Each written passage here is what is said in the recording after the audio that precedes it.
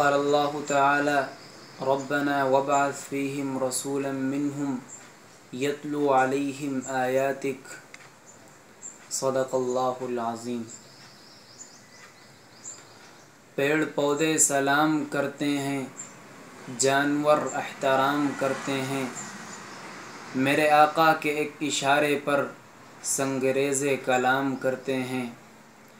नाज़रीन किराम, कल आप हज़रात के सामने ये बात आई कि अल्लाह के नबी अलैहिस्सलाम से जब कोई कहता या रसूल अल्लाह आप अपने बारे में बयान फरमाएं, तो आप फरमाया करते थे कि मैं अपने बाप हज़रत इब्राहीम की दुआओं के समरात में से हूँ। कल की नशिस्त में आप हज़रात के सामने तज़करा आया था आप अलैहिस्सलाम के दादा हज़रत अब्दुल मुत्तलिब का। हज़रत अब्दुल मुत्तलिब को अल्लाह ने 10 बेटों से नवाजा और सबसे छोटे बेटे हज़रत अब्दुल्लाह हैं और उनके बेटे जनाब मुहम्मदुर रसूलुल्लाह सल्लल्लाहु अलैहि वसल्लम। पिछली सदियों में कबीले बनु जरहम और कुरैश का मुकाबला हुआ था, इनकी लड़ाई हुई थी जमज़म के कुएं को लेकर। चुनांचे जब कबीले बनु जरहम कमज़ोर पड़ गए, इनके पास ताकत व क़ुव्वत न रही, तो इन्होंने हसद में आकर के जमज़म के कुएं को पाट दिया, उसे बंद कर दिया। फिर उसके बाद साल तक ये कुआं बंद रहा। उसके बाद ख्वाजा अब्दुल मुत्तलिब को एक रोज़ ख्वाब आता है कि आप जमज़म का कुआं खोदिए फ़लाँ जगह पर। फरमाते हैं मुझे कई रोज़ तक ख्वाब आया और फिर चौथे दिन जब मुझे ख्वाब आया तो जगह की निशानदही की गई। ख्वाजा अब्दुल मुत्तलिब फरमाते हैं मुझसे ख्वाब में कहा गया कि आप फ़लाँ जगह पर जाकर कुआं खोदो। चुनांचे सुबह को उठते हैं और कुरैश के लोगों से कहने लगे, मक्के के लोगों से कहते हैं कि मुझे ख्वाब आया है कि आप जमज़म का कुआं खोदें, उसे तलाश करें और निशानदही की गई है फ़लाँ जगह की। चुनांचे लोगों ने मना कर दिया, लोग मना करने लगे। हज़रत अब्दुल मुत्तलिब अपने बड़े बेटे हारिस को लेकर कुआं खोदने चलते हैं और मखसूस मकाम पर खुदाई का काम शुरू किया। और अभी थोड़ी ही ज़मीन खोदी थी कि वो मेंढ निकल आई जो हज़रत इस्माईल अलैहिस्सलातु वस्सलाम के ज़माने में थी। अब लोगों को हसद हो गया, लोग इनाद करने लगे। तो बाज़ लोग वो थे जो हसद में उस कुएं को पाट दिया करते थे, उसकी बुराई चाहा करते थे, उसे बंद कर देना चाहते थे। चुनांचे हज़रत अब्दुल मुत्तलिब जब ज़्यादा परेशान हुए तो अल्लाह की बारगाह में दुआ करते हैं कि अल्लाह या इलाहुल आलमीन, ये जमज़म का कुआं पीने वालों के लिए तो बेहतर है, लेकिन जो इसका बुरा चाहे मैं उसका क्या करूं। चुनांचे ये के बाद दीगरे जो हासिदीन थे उनकी तबीयतें ख़राब होना शुरू हो गई, उन्हें मर्ज़ ने आ पकड़ा।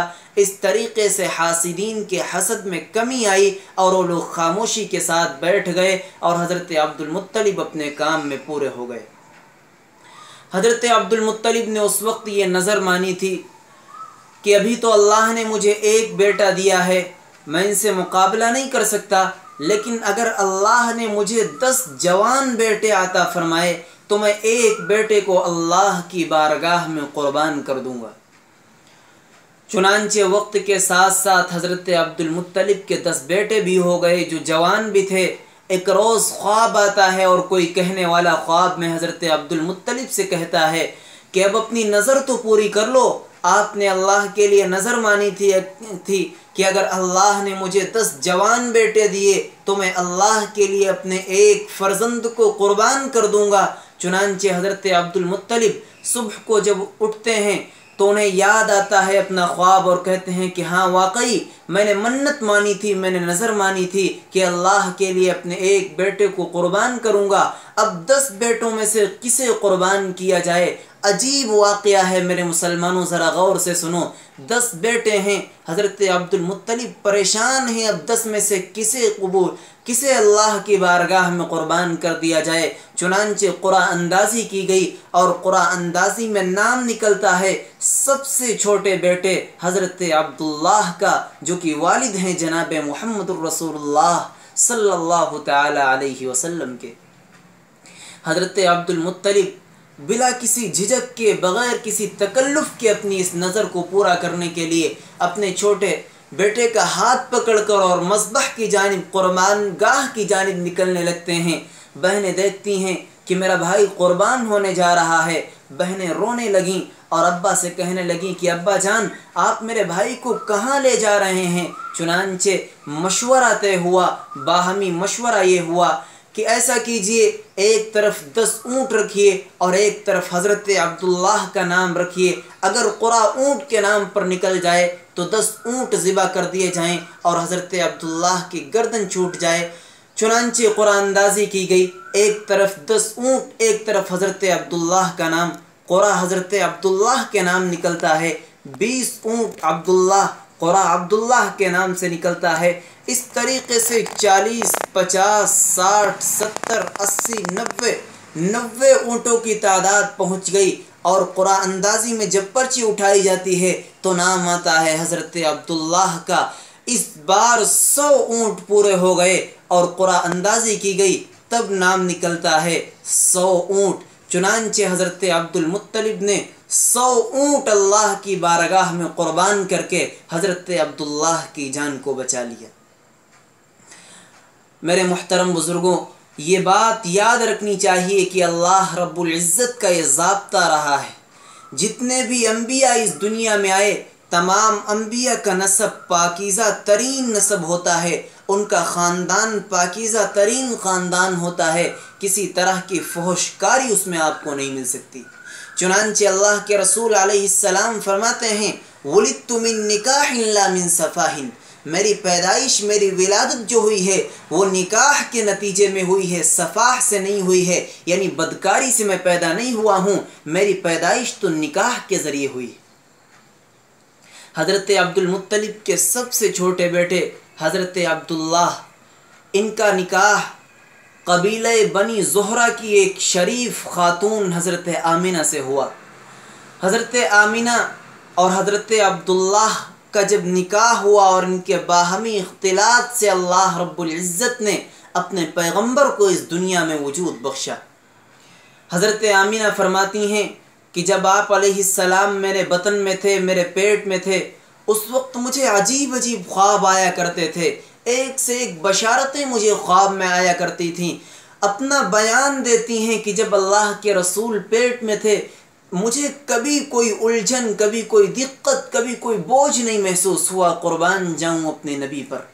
मेरे मुसलमानों, हज़रत आमिना फरमाती हैं कि जब तक अल्लाह के रसूल मेरे पेट में थे, एक अजीब खुशबू आया करती थी, मुझे पेड़ पौधे सलाम किया करते थे, मैं बाहर निकलती थी, दरख्तों के नीचे आती थी तो ऐसा लगता था कि टहनियाँ ऊपर से झुक रही हैं मुझे सलाम करने के लिए। मैं जब कुएं पे पानी लेने के लिए पहुंचा करती थी तो पानी ऊपर आ जाया करता था। ये सब अजीब वाक़यात पेश आ रहे थे उस वक्त तक, जब तक कि अल्लाह के रसूल मेरे पेट में थे। आप मेरे पेट में थे और फरमाती हैं हज़रत आमिना कि मुझे कोई दिक्कत, कोई बोझ महसूस नहीं हुआ कभी भी।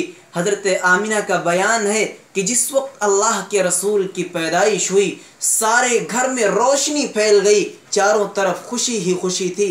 आप अलैहिस्सलाम की विलादत बासआदत माह रबीउल अव्वल में हुई। आप रबीउल अव्वल के महीने में इस दुनिया में तशरीफ़ लाए। अस्हाबे सियर का इख्तिलाफ इस बात में है कि आपकी पैदाइश किस तारीख़ में हुई। चुनांचे बाज़ सीरत निगारों ने कहा कि आपकी तारीख़ 2 रबीउल अव्वल को हुई, बाज़ ने कहा कि 3 को हुई, बाज़ ने कहा कि 5 को हुई, और बाज़ अस्हाब सियर वो हैं जिन्होंने कहा कि 12 तारीख़ को आपकी पैदाइश हुई। चुनांचे मुख्तलिफ़ तारीख़ें मिलती हैं, लेकिन तारीख़ की पैदाइश का इस्लाम में कोई अहमियत नहीं है किसी तारीख़ में पैदा होने की। अलबत्ता ये बात ज़रूर है कि आप अलैहिस्सलातु वस्सलाम की पैदाइश, आपकी विलादत बासआदत माह रबीउल अव्वल में हुई। एक तरफ आप पैदा हुए, दूसरी तरफ किसरा का बादशाह, मुल्क फ़ारस का बादशाह किसरा, एक आतिश कदा जो सदियों से जलता चला आ रहा था, जिसकी परस्तिश की जाया करती थी, लोग वहाँ आग को पूजा करते थे, सदियों से जलती हुई चली आ रही थी, कभी भी वो आग बुझी नहीं थी। एक तरफ आपकी विलादत हुई, एक तरफ आपकी पैदाइश हुई, वहीं दूसरी तरफ फौरन वो आग बुझ जाती है जो सदियों से जलती हुई चली आ रही थी।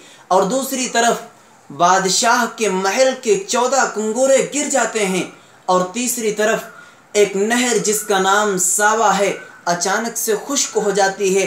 लोग ये अजीब व गरीब वाक़यात देखते हैं कि आखिर क्या है। लोगों ने जब तहकीक करनी शुरू की तो पुराने लोग जिन्हें किताबों का इल्म था उन्होंने बतलाया कि नबी आखिरुज़्ज़मा की पैदाइश हो चुकी है, उसकी पैदाइश पर यह वाक़यात पेश आने थे।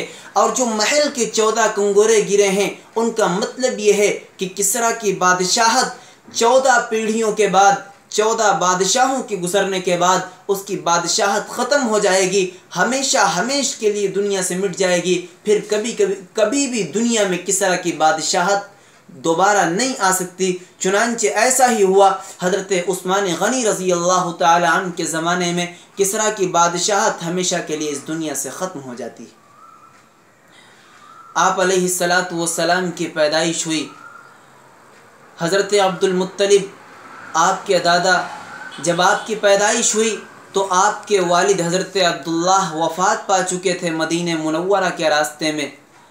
आपकी एक तरफ पैदाइश हुई, आपके दादा को बहुत खुशी हुई, पूरे ख़ानदान कुरैश में खुशी थी। हर एक आदमी मुस्कुरा रहा था, हर एक आदमी खुश था।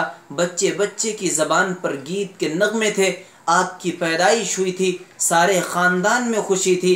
हज़रत अब्दुल मुत्तलिब आपके लिए वलीमे का, आपके लिए अक़ीक़े का इंतज़ाम करते हैं और आपको लेकर बाहर निकलते हैं। हज़रत अब्दुल मुत्तलिब ने आपका नाम मोहम्मद रखा, आपकी माँ हज़रत आमिना ने आपका नाम अहमद रखा।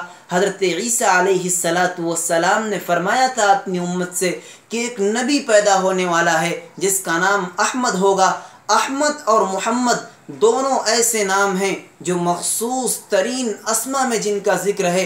मक्के में कभी भी इससे पहले मोहम्मद और अहमद नाम का चर्चा और तज़किरा नहीं था।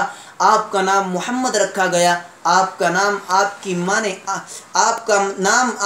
ने अहमद रखा। चुनांचे मोहम्मद के माना आते हैं जिसकी सबसे ज़्यादा तारीफ़ की गई हो, और अहमद के माना आते हैं जो सबसे ज़्यादा अल्लाह की तारीफ़ करने वाला हो। और दोनों बातें मेरे नबी पर सादिक़ आती हैं। मेरा नबी ऐसा है जो दुनिया में सबसे ज़्यादा अल्लाह की तारीफ़ करने वाला है। आपकी ज़बान से ऐसी तारीफ़ निकली है अल्लाह की जो रोए ज़मीन पर किसी आदमी की ज़बान से न निकली है और ना ही निकल सकती है।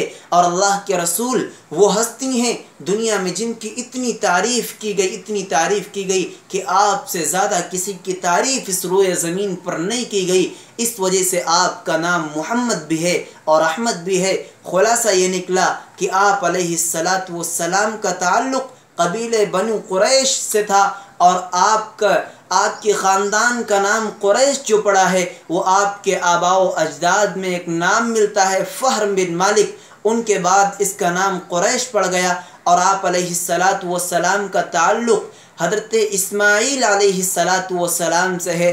आपके जद्द आला हज़रत इब्राहीम अलैहिस्सलाम हैं। आपकी विलादत बसआदत, आपकी पैदाइश माह रबीउल अव्वल में हुई, और आपके पाकीज़ा बचपन और शानदार जवानी का तज़किरा इंशाअल्लाहुल अज़ीज़ आइंदा नशिस्त में